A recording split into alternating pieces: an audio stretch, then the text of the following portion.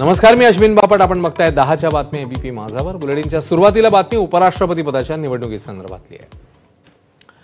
CP Radhakrishnan भारताचे नवे उपराष्ट्रपती आहेत.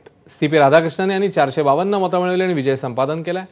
तर इंडिया आघाडीचे बी सुदर्शन रेड्डी यांना 300 मतं मिळाली. त्यामुळे इंडिया आघाडीचे खासदार फुटल्यानं रेड्डींना धक्का बसला. राधाकृष्णन यांना अपेक्षेपेक्षा जास्त मतं मिळाली.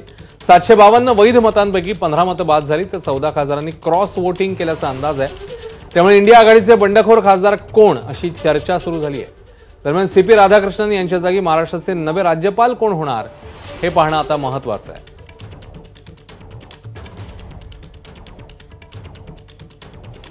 दरम्यान मुख्यमंत्री फडणवीसांनी उपराष्ट्रपती पदाच्या निवडणुकीसंदर्भात नेमकी काय प्रतिक्रिया दिली आहे बघूया.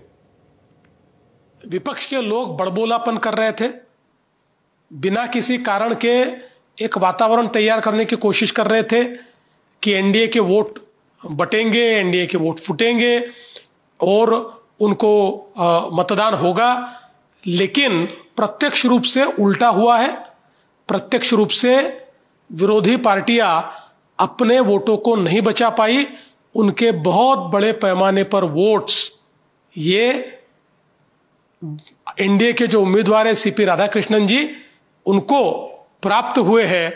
एक प्रकार से मुंह के बल गिरने का काम ये विपक्ष ने किया है.